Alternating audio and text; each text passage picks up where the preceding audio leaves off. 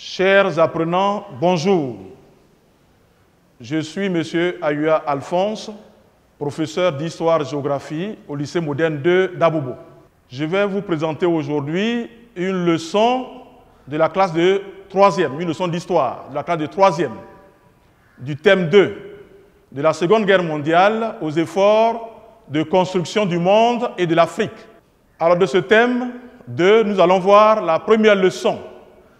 Elle est intitulée « Les causes, caractères et conséquences de la Deuxième Guerre mondiale ». Alors, je vais vous présenter une situation d'apprentissage. Dans vos lectures relatives à la Seconde Guerre mondiale, vous découvrez que cette guerre a entraîné plus de 50 millions de morts, dont 6 millions de Juifs. Choqués par ces chiffres, vous travaillez avec votre professeur d'histoire-géographie à partir de divers documents pour identifier les causes de cette guerre, la caractériser et apprécier toutes ses conséquences. Alors, nous allons commencer par l'introduction. Et ici, nous allons dire simplement que la Première Guerre mondiale s'est achevée en 1918 sur une note selon laquelle elle est la dernière des guerres. Ça veut dire que pour les spécialistes, c'est la dernière des guerres. Et pourtant, 20 ans après, le monde est de nouveau en guerre. C'est la Deuxième Guerre mondiale de 1939 à 1945. Il convient d'analyser les causes, les caractères et les conséquences de cette guerre. Alors, si vous avez suivi l'introduction, au niveau de sa chute, nous avons relevé 3 éléments. Dans la première partie de notre développement, nous allons analyser les causes de la Deuxième Guerre mondiale. Dans la seconde, nous allons identifier ses caractères. Et dans la troisième partie, nous allons apprécier ses conséquences. Donc, dans la première partie, nous allons analyser les causes de la Seconde Guerre mondiale. Cette guerre a connu plusieurs causes. Donc, dans le grand 1, nous marquons diverses causes de la Seconde Guerre mondiale. Alors, ces causes-là, nous pouvons les regrouper en 2 catégories. Il y a d'abord les causes lointaines, et ensuite, nous avons la cause immédiate, c'est-à-dire la cause qui va déclencher directement la Seconde Guerre mondiale. Donc, on revient au petit 1, c'est-à-dire aux causes lointaines. Ici, nous avons relevé 4 causes lointaines. La première, c'est le refus des clauses du traité de Versailles par l'Allemagne. Chers apprenants, entendez ici clause par décision. Alors, à Versailles, l'Allemagne est tenue pour responsable de la guerre. Elle s'est sentie humiliée par les décisions qui ont été prises à son encontre. Nous allons voir quelques-unes de ces décisions. Sur le plan financier, l'Allemagne est condamnée à payer d'énormes réparations. Ces réparations sont estimées à 132 milliards de marks or. Elle doit les payer en 30 annuités, c'est-à-dire pendant 30 ans, aux vainqueurs de la guerre. Sur le plan militaire, l'Allemagne n'a plus le droit d'avoir une marine. Elle n'a plus le droit d'avoir une armée de l'air. Son effectif militaire, qui était de 100 000 hommes avant la guerre, est réduit maintenant à 15 000 hommes. Sur le plan économique également, l'Allemagne est frappée par d'énormes sanctions. On va prendre un exemple simple. Les usines de la Ruhr, c'est la région la plus riche d'Allemagne, c'est le poumon économique d'Allemagne. Toutes ces usines sont démantelées au profit des vainqueurs de la guerre. Donc, pour toutes ces raisons, l'Allemagne estime que le traité de Versailles est un diktat inacceptable. D'autant plus qu'elle n'a pas été invitée à cette réunion. Et pour se venger de cette humiliation, le peuple allemand va élire en 1933 Adolf Hitler, qui est le chef du Parti national allemand, connu sous le sigle de nazi. Il est nommé chancelier. Chancelier dans le contexte allemand, c'est le Premier ministre. Il va donc dénoncer les clauses du traité de Versailles et il va même aller plus loin, il va refuser de les appliquer. Il s'agit notamment, sur le plan militaire, il refuse le désarmement. Il va même remilitariser la Rhénanie en mars 1936. Il va reconstituer une nouvelle force aérienne. Il va rétablir le service militaire obligatoire. Sur le plan financier, Hitler refuse de payer les réparations dont nous avons parlé plus haut. Sur le plan économique, il met fin au démantèlement des usines de la Ruhr. Et il va même plus loin, il va reconstruire ces usines. En second lieu, nous avons la faiblesse de la Société des Nations, connue sous le sigle de SDN. Elle a été créée en 1919 pour sauvegarder la paix et la sécurité mondiale. En un mot, c'est pour éviter ce qui est arrivé, éviter qu'il y ait une autre guerre. Voilà sa mission. À la pratique, la SDN va se montrer incapable d'assumer le rôle qu'on lui a confié. Nous allons prendre quelques exemples pour montrer que la SDN a été incapable de jouer le rôle qu'on lui a confié. Sous ses yeux, d'abord sous ses yeux, l'Allemagne va se réarmer. Autre exemple, il y a les agressions des régimes fascistes. Le fascisme, c'est le régime politique où il y a un pouvoir très fort. Et pendant cette période-là, le fascisme était incarné par l'Allemagne d'Hitler, par l'Italie de Benito Mussolini et aussi par le Japon de l'empereur Hirohito. Donc ces pays que je viens de citer là vont commencer à agresser certains pays. Je prends le premier exemple, le Japon qui agresse, qui annexe une partie, une région de la Chine, appelée la Mandchourie, en septembre 1931. Il va même aller plus loin, débaptiser, donner un nouveau nom à cette région, c'est-à-dire Manchukuo. Il y a l'Italie qui va aussi agresser l'Éthiopie dès 1935.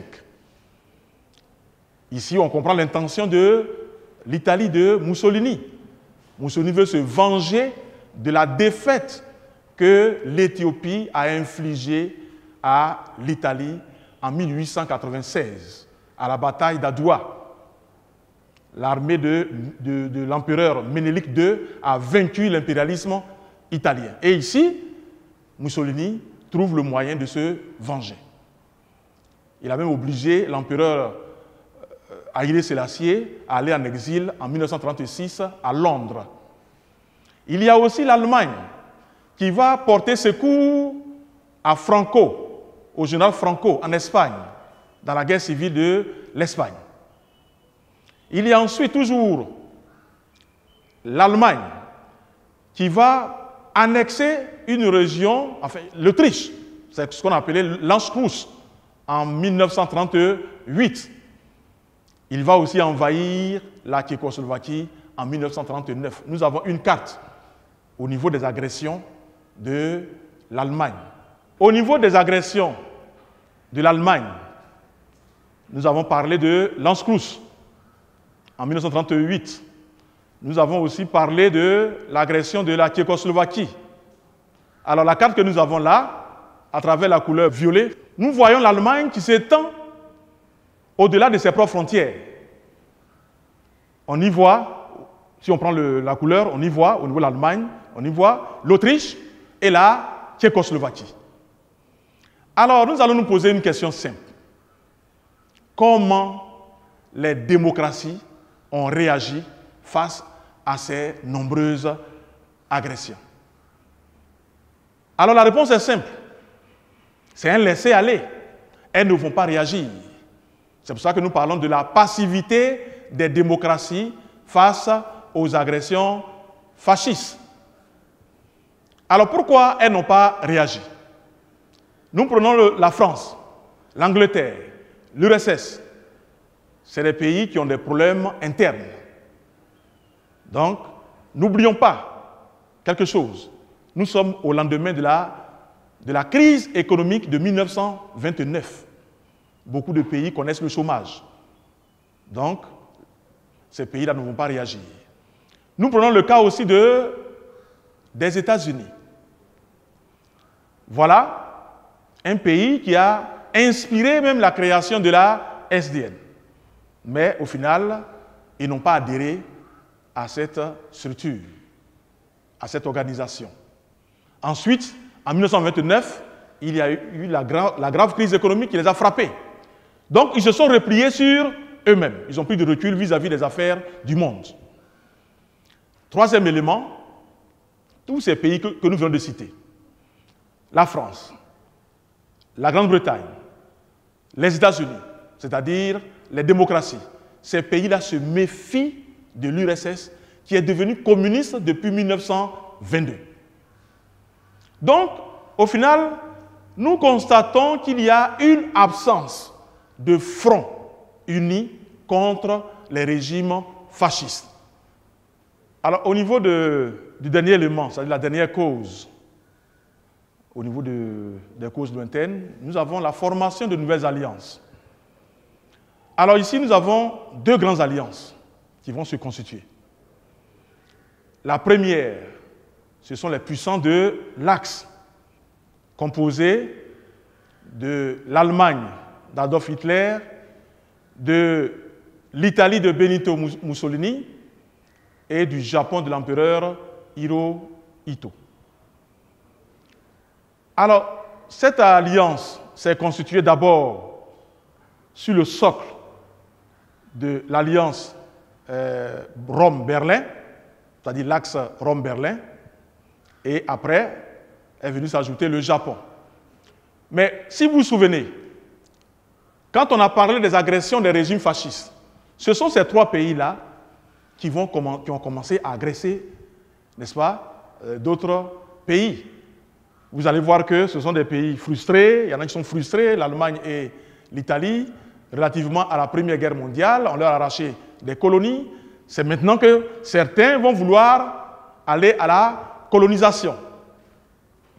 Alors cet axe va se renforcer avec la signature du pacte anti-Comintern auquel va adhérer l'Italie en 1937. On aura donc l'axe Rome, Berlin, Tokyo. De l'autre côté, nous avons les alliés. Ce sont des gens qui sont beaucoup plus pacifistes. Ils ont tellement de problèmes internes après la crise économique de 1929 qu'ils se soucient très peu, n'est-ce pas, de ces pays dont on vient de parler. Alors, ce groupe est composé du Royaume-Uni de Churchill, de la France du général de Gaulle, de l'URSS de Joseph Staline et des États-Unis de Franklin Delano Roosevelt. Alors, comme on le constate, le monde est désormais divisé en deux grandes alliances qui vont s'affronter. Alors, chers apprenants, si vous avez bien suivi l'explication, c'est-à-dire les quatre causes lointaines qu'on vient de relever, si vous avez bien suivi, il ne manque que l'élément déclencheur pour aller vers un conflit. Il ne manque que la bûchette d'allumette qui va faire exploser la situation. Et cet élément va être l'agression de la Pologne par l'Allemagne le 1er septembre 1939. Mais avant cette agression, toujours en 1939, il y a deux événements qu'il faut relever. En mars 1939, l'Allemagne d'Hitler va envahir la Bohême et la Moravie. Ce sont des régions de la Tchécoslovaquie, les Sudètes. De l'autre côté, l'Italie va envahir l'Albanie le 7 avril 1939. L'Albanie était presque un protectorat. Maintenant, l'Italie va rendre ça complètement effectif. Alors, si ces agressions qu'on vient de voir là n'ont pas suscité de réaction de la part des régimes démocratiques, il n'en sera pas de même de l'agression de la Pologne. En effet, l'invasion de la Pologne, le 1er septembre, par l'armée allemande, est l'élément déclencheur de la Deuxième Guerre mondiale. Alors, que voulaient les Allemands? Nous avons là une carte.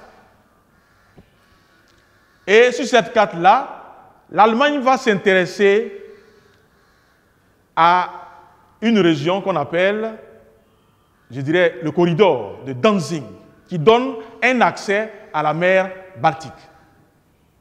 L'Allemagne est toujours dans son esprit de conquête de l'espace vital.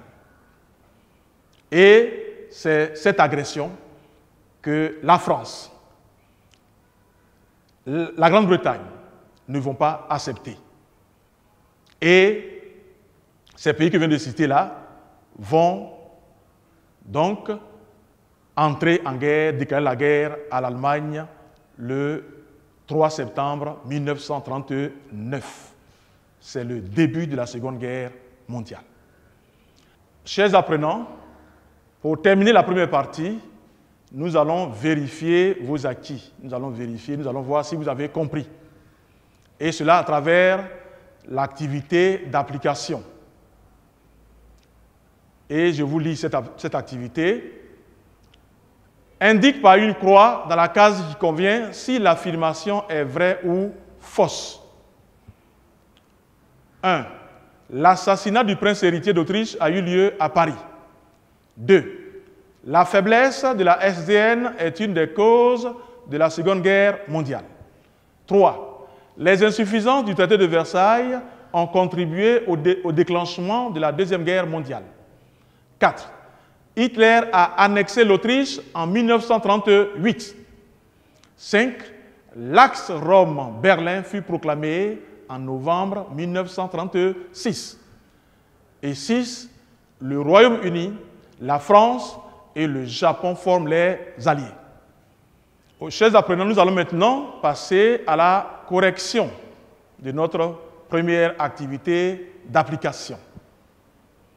La première affirmation, l'assassinat du prince héritier d'Autriche a eu lieu à Paris. C'est faux. Deuxième affirmation, la faiblesse de la SDN est une des causes de la Seconde Guerre mondiale. Cette affirmation est vraie. 3. Les insuffisances du traité de Versailles ont contribué au déclenchement de la Seconde Guerre mondiale. Cette affirmation est vraie. 4. Hitler a annexé l'Autriche en 1938. Cette affirmation est également vraie. 5. L'axe Rome-Berlin fut proclamé en novembre 1936. C'est aussi vrai. Dernière affirmation, le Royaume-Uni, la France et le Japon forment les alliés. C'est faux, parce que le Japon est un intrus. Alors nous venons de terminer la correction. Je voudrais féliciter ceux qui ont trouvé les 6 réponses justes. Ceux qui ont trouvé 4 réponses justes, c'est aussi bon, mais je suis sûr qu'ils pourront prochainement trouver les 6 bonnes réponses. Alors, chers apprenants, dans la première partie de la leçon, nous avons analysé les causes de la Seconde Guerre mondiale. Maintenant, dans cette seconde partie, nous allons identifier les caractères de la Seconde Guerre mondiale. Alors, quand on prend cette guerre, quels sont les éléments qui l'ont caractérisée? Il y a d'abord ce que nous appelons une guerre mondiale. Alors, pourquoi une guerre mondiale? Une guerre mondiale simplement parce que tous les continents ont participé à cette guerre, dont l'Afrique. Même ceux qui n'ont pas participé directement ont fourni des soldats. Il y en a qui ont servi de champ de bataille. Des guerres se sont déroulées, même en Afrique du Nord, ici chez nous. Donc, cette guerre implique tous les continents. C'est pour cela que nous parlons de guerre mondiale. Ensuite, il y a aussi un autre caractère, une guerre longue. C'est simple. Ici, il s'agit de la durée. C'est une guerre qui a commencé le 1er septembre 1939 et qui a pris fin le 2 septembre 1945. Exactement 6 ans. À titre d'exemple, en titre de comparaison, la Première Guerre mondiale n'a pas duré 5 ans. Donc c'est une guerre qui a duré. Donc c'est une guerre longue. Ensuite, c'est une guerre meurtrière, simplement parce que c'est une guerre qui a provoqué de nombreux morts. Entre 50 millions et 60 millions. Nous en parlerons dans les conséquences, dans le bilan humain. Il y a aussi un autre caractère, une guerre totale. Oui, une guerre totale. Alors pourquoi une guerre totale? Une guerre totale parce que les pays en conflit ont utilisé des armes sophistiquées. Les chars, les radars, les bombardiers, les porte-avions, les bombes atomiques, etc. Et cela par les différentes armées. L'armée de terre, l'armée de l'air et la marine. En fait, dans cette guerre, tous les moyens possibles pour tuer ont été utilisés. C'est pour cela que nous parlons de guerre totale. Ensuite, c'est une guerre qui a porté atteinte à la dignité humaine. Oui, cette guerre a marqué la conscience des hommes parce qu'elle a été horrible. On peut prendre un exemple. L'extermination des Juifs dans les camps de concentration. On parle de l'Holocauste ou la Shoah, c'est-à-dire le génocide des Juifs pendant la Seconde Guerre mondiale. Dernier élément, dernier caractère, c'est une guerre idéologique. Pourquoi? On a vu les partis en conflit. Quand vous prenez l'Allemagne, l'Italie et le Japon, ce sont ces régimes-là qu'on appelle les régimes totalitaires, les régimes fascistes. Ceux-là étaient en conflit contre le reste du monde. C'est pour cela que nous parlons ici de guerre idéologique. Alors, chers apprenants, nous allons terminer cette deuxième partie par une nouvelle activité d'application pour vérifier vos acquis. Alors ici, nous avons utilisé comme outil d'évaluation le test de closure, que vous appelez aussi exercice à trous. Je vous lis la consigne. Complète le test ci-dessous par les mots ou expressions suivants. Guerre mondiale, Shoah, mort, juif, dignité humaine. Ensuite, très sophistiqué. Alors, je vous lis le test. Alors, mes chers apprenants, je vous invite à numéroter les trous. C'est-à-dire, le premier trou, mettez 1, le deuxième, mettez 2, ainsi de suite. Il y en a 6. Je vous lis le test. La Seconde Guerre mondiale a débuté le 1er septembre 1939 avec l'agression de la Pologne par l'Allemagne.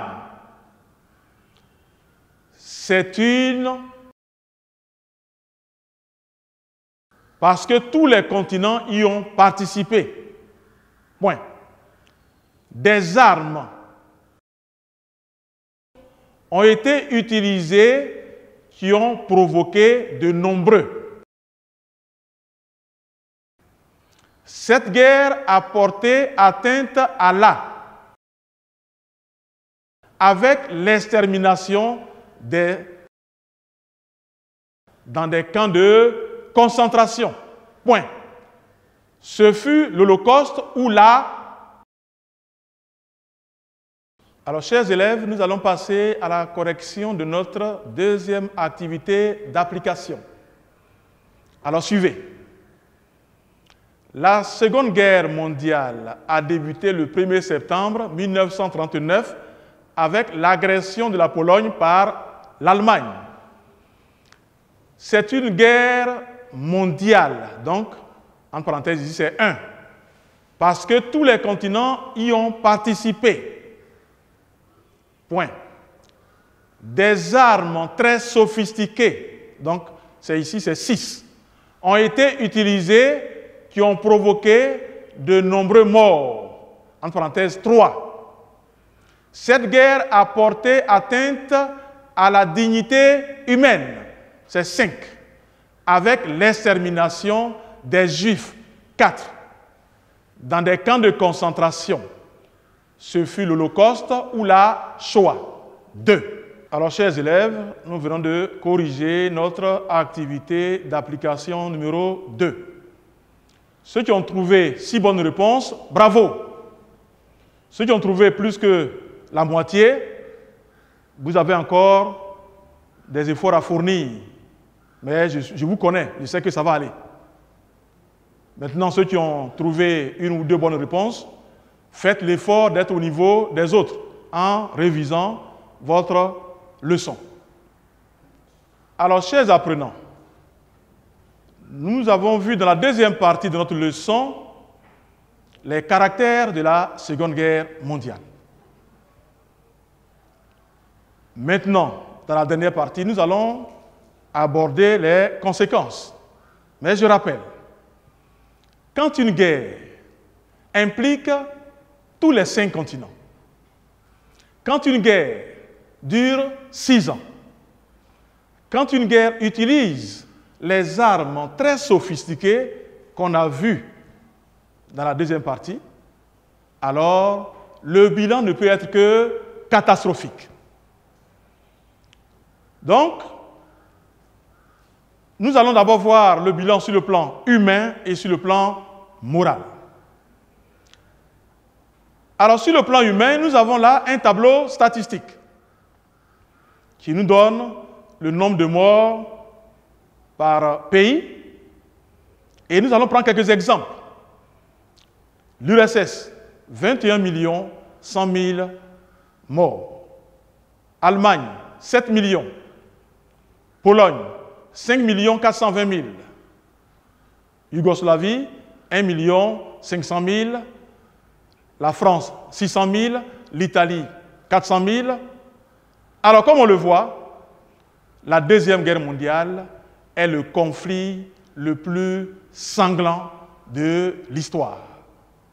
Le bilan est compris entre 50 millions et 60 millions de morts, soit 4 fois plus que le bilan humain de la Première Guerre mondiale. Il faut ajouter à cela les nombreux blessés et les handicapés. Et le continent qui a été le plus touché, c'est l'Europe. Alors, toujours au niveau de ce bilan-là, quand on prend le tableau, on se rend compte que plus on est engagé dans la guerre, plus on a de nombreux décès. Maintenant, moins on est éloigné aussi de cette guerre-là, moins on a des décès. Quand vous prenez les États-Unis, ils sont très loin des champs de bataille. C'est pour cela que nous avons ce chiffre-là qui est de 300 000. Mais quand vous prenez l'Union soviétique, vous prenez l'Allemagne, c'est pour dire que beaucoup de combats se sont déroulés sur le sol, d'où le bilan très élevé. Quand on prend aussi le bilan de la France, il est faible. Alors cela a une explication. Dès 1940, la France a été occupée par l'Allemagne. Et son président, le maréchal Pétain, a accepté, a capitulé. Donc, cela explique le bilan humain faible de la France. Au niveau moral, la Deuxième Guerre mondiale est le conflit le plus horrible de l'histoire. On va prendre quelques exemples. Nous avons des villes martyrs. Nous prenons la ville de Hiroshima, 60 000 morts. La ville de Nagasaki, 40 000 morts du fait des bombes atomiques des États-Unis. Il y a aussi une ville en Allemagne, du nom de Dresde, qui a été bombardée pendant 14 heures par l'aviation alliée. Au final, on a dénombré 135 000 morts. Toujours au niveau moral, il y a le génocide des Juifs. Les Juifs ont été déportés dans des camps de concentration et dans les chambres à gaz. Il y a eu plus de 6 millions de Juifs qui ont été exterminés de manière horrible. Au niveau économique, il y a eu la destruction des villes et villages, la destruction des infrastructures. J'entends par là les usines, les chemins de fer, les routes, les ponts qui ont été bombardés, qui ont été complètement détruits, surtout en Europe. Il y a aussi la ruine économique des pays européens, des pays comme la France, l'Angleterre, l'Allemagne et les pays asiatiques comme la Chine et le Japon se sont retrouvés, je dirais, carrément à terre. L'économie est complètement ruinée. Il y a aussi les pertes financières qui sont estimées à près de 1100 milliards de dollars pour les dépenses militaires et à 2000 milliards de dollars pour les dommages provoqués. Et l'Europe, à la fin de cette guerre, va s'endetter auprès des États-Unis pour sa reconstruction. Mais la guerre n'a pas fait que des malheureux. Il y a des pays qui ont tiré profit de cette guerre. On pourrait citer, par exemple, des pays comme l'Argentine, le Brésil, le Canada, l'Australie, la Nouvelle-Zélande, et même chez nous ici en Afrique, l'Afrique du Sud, et surtout les États-Unis. Voilà des pays qui vont tirer profit de cette guerre parce que ce sont des pays qui ont fourni des denrées alimentaires, des pays qui ont fourni des armes. Au plan politique, il y a une modification de la carte de l'Europe. Par exemple, l'URSS va obtenir l'Estonie, la Lettonie, la Lituanie. Ensuite, l'Allemagne va perdre toutes ses conquêtes et elle va être ramenée dans ses frontières de 1938. Il y a aussi la création de nouveaux États. C'est l'exemple de la Tchécoslovaquie. Chers apprenants, nous allons achever notre troisième partie de la leçon par une dernière activité d'application. Alors ici, nous avons utilisé comme outil d'évaluation un appariement. Je vous donne la consigne. Relie chaque élément de la colonne A à son correspondant dans la colonne B. Colonne A. L'ONU est créée pendant la Deuxième Guerre mondiale. 2. La guerre a fait beaucoup de blessés et handicapés. 3. L'Europe s'endette auprès des États-Unis à la fin de la guerre. 4.